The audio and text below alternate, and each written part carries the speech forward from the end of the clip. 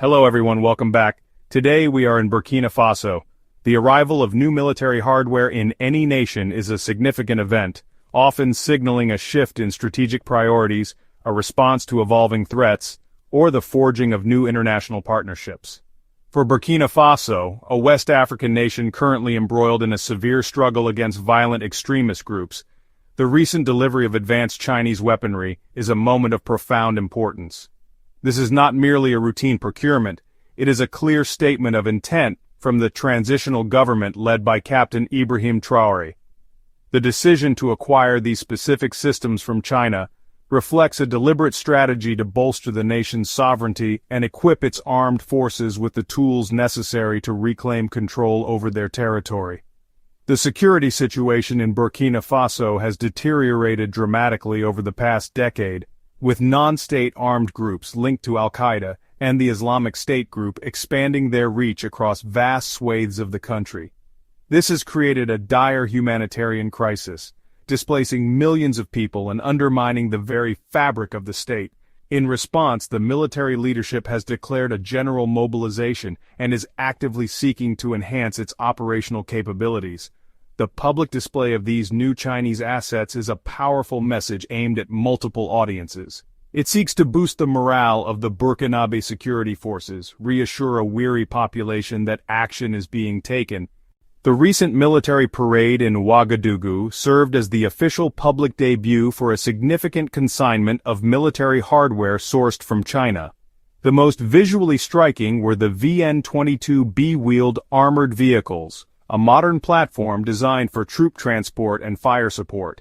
These vehicles, manufactured by Norinco, represent a substantial upgrade for Burkina Faso's armed forces. Among them were the PLL-05 self-propelled mortar systems, which mount a 120mm gun mortar onto a wheeled chassis.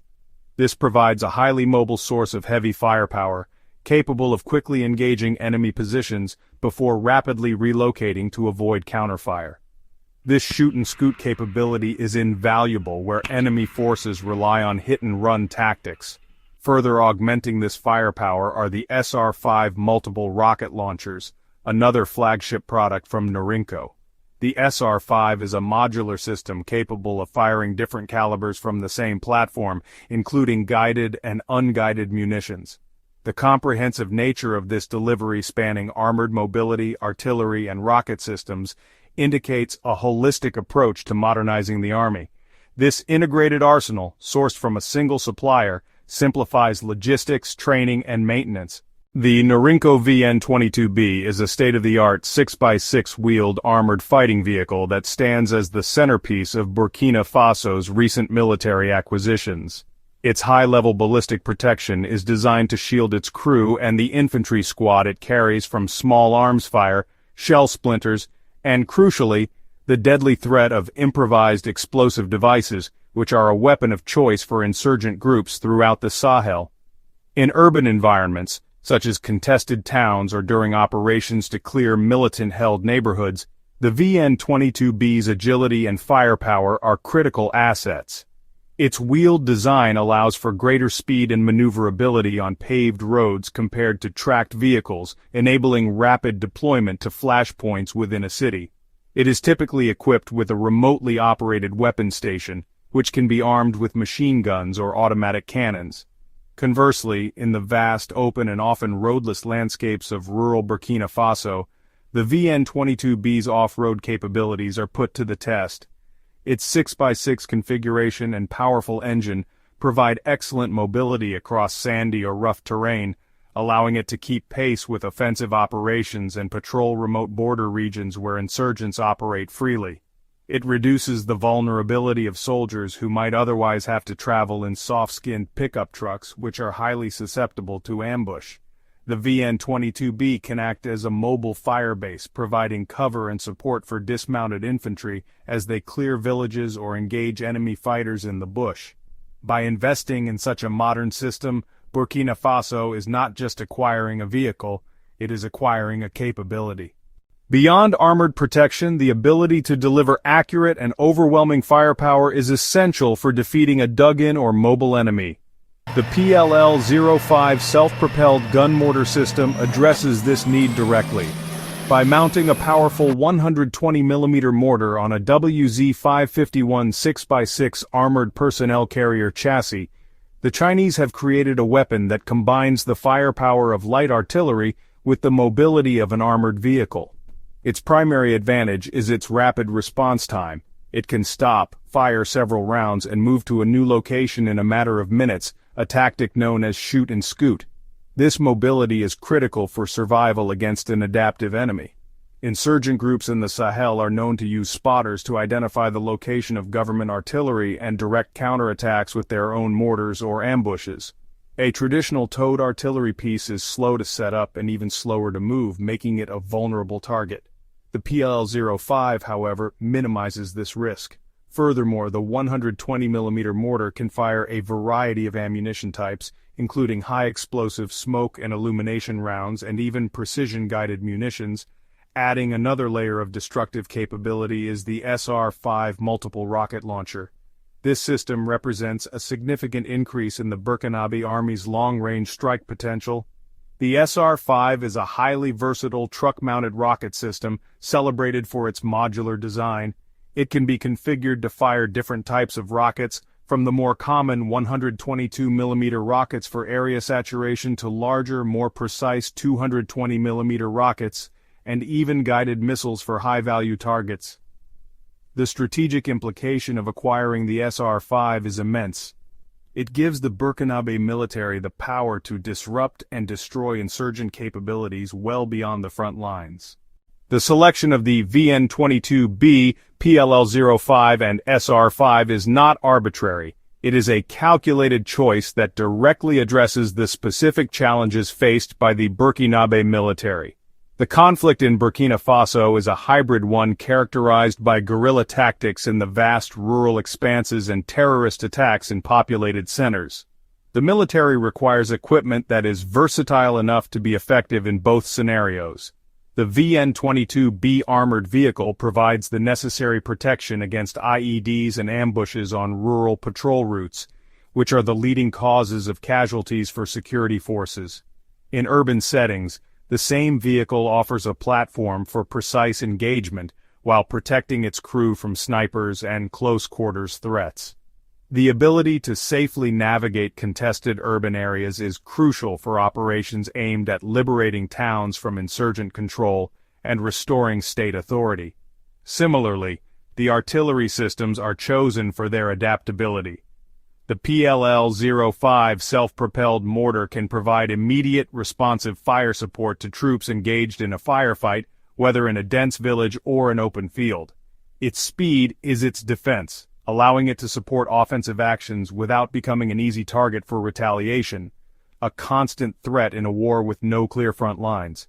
The SR-5 rocket launcher, with its long-range capabilities, offers a solution to a different but equally pressing problem: how to strike at the heart of the insurgency. Extremist groups in the Sahel often establish sanctuaries in remote and inaccessible areas, such as dense forests or rugged borderlands from which they plan and launch their attacks. Sending ground troops into these well-defended areas is incredibly risky, and often results in heavy casualties. The SR-5 provides a means to target these safe havens from a distance. Ultimately, this suite of Chinese weapons provides the Burkinabe army with a layered, combined arms capability that it previously lacked. Burkina Faso's decision to procure arms from China is not an isolated event, but rather part of a much larger continent-wide trend. Over the past 2 decades, China has steadily risen to become a major arms supplier to Africa, fundamentally altering the geopolitical dynamics of defense and security on the continent. This shift is driven by a confluence of factors, including the changing foreign policies of African nations, the practical advantages offered by Chinese defense companies. Historically, many African militaries were equipped with weaponry from their former colonial powers like France and the United Kingdom, or from the United States and the Soviet Union during the Cold War.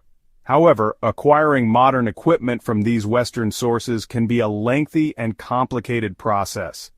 Arms sales are often subject to rigorous political scrutiny, human rights considerations, and complex export licensing procedures. These deals can take years to finalize and may come with conditions regarding their use which some African governments view as an infringement on their sovereignty. This has created an opening for alternative suppliers who are willing to do business with fewer preconditions. China has expertly filled this void, positioning itself as a pragmatic and reliable partner for African nations seeking to modernize their armed forces. The Chinese government and its state-owned defense corporations such as Norinco and Poly Technologies have adopted a business-oriented approach to arms sales. They offer a wide range of equipment, from small arms and uniforms to advanced fighter jets, warships, and unmanned aerial vehicles, drones. This pivot is visible across the continent. Nigeria has acquired Chinese-made CH-3 and CH-4 combat drones to fight Boko Haram. Ethiopia has purchased Chinese air defense systems and artillery. For many African leaders, the choice is not ideological, but deeply practical. It is about getting the necessary tools to address urgent security threats in a timely and cost-effective manner. The primary drivers behind Africa's growing preference for Chinese military hardware can be summarized in three key advantages: competitive pricing, rapid delivery, and a policy of non-interference in domestic affairs. Chinese defense companies are able to offer modern, capable weapon systems at a fraction of the cost of their Western counterparts. For African nations with limited defense budgets, this is a compelling proposition. Another critical factor is the speed of delivery. While a deal for American or European military equipment might take years to navigate approval processes, export controls, and production backlogs, Chinese companies are known for their ability to deliver hardware much more quickly. For a country like Burkina Faso, which is in the midst of an active and intense conflict, waiting several years for new equipment is not a viable option. Perhaps the most significant factor is China's long-standing principle of non-interference. Unlike Western suppliers, who often tie arms sales to conditions related to human rights, democracy, or governance, China generally refrains from making such demands. This no-strings-attached approach is highly attractive to many African governments, particularly those that have faced criticism or sanctions from the West.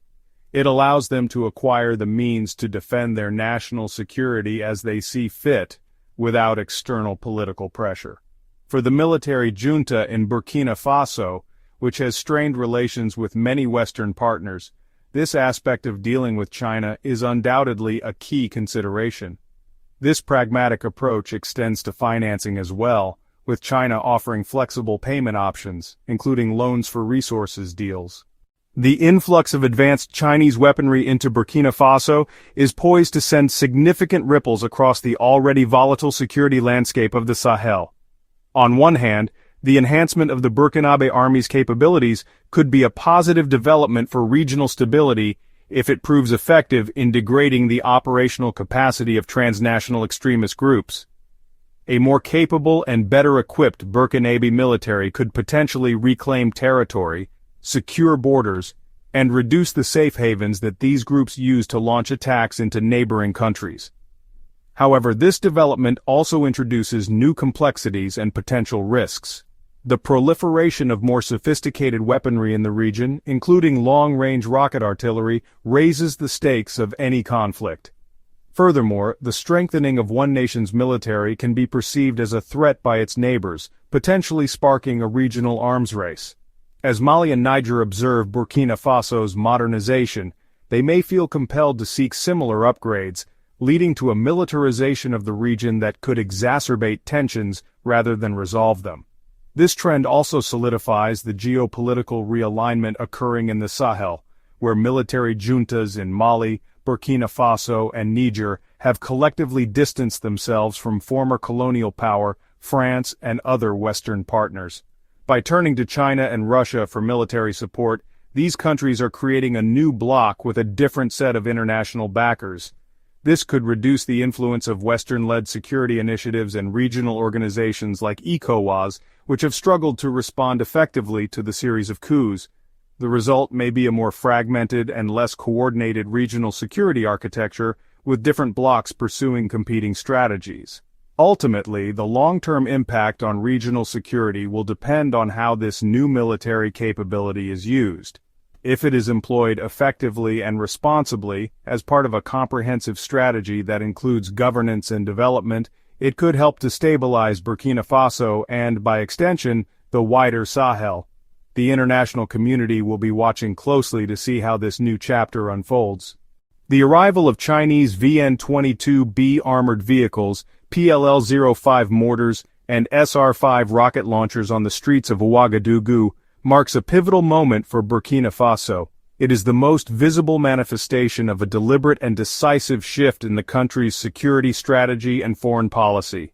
Faced with an existential threat from violent extremism and frustrated with the limitations of traditional partnerships, the transitional government has chosen a new path, one that prioritizes speed, cost-effectiveness, and operational sovereignty. These weapons are not just tools of war, they are symbols of a national reorientation, a declaration of intent to fight the nation's battles with new partners and on its own terms. The choice of these specific systems demonstrates a sophisticated understanding of the country's military needs. The combination of protected mobility, mobile indirect fire, and long-range strike capability provides the Burkinabe army with a modern, integrated toolkit designed to counter the specific tactics of Sahelian insurgent groups. This new arsenal has the potential to significantly enhance the army's effectiveness, enabling it to better protect its soldiers, project power into contested areas, and disrupt the enemy's logistical networks and safe havens. The immediate goal is clear: to turn the tide in a brutal conflict that has cost thousands of lives and displaced millions.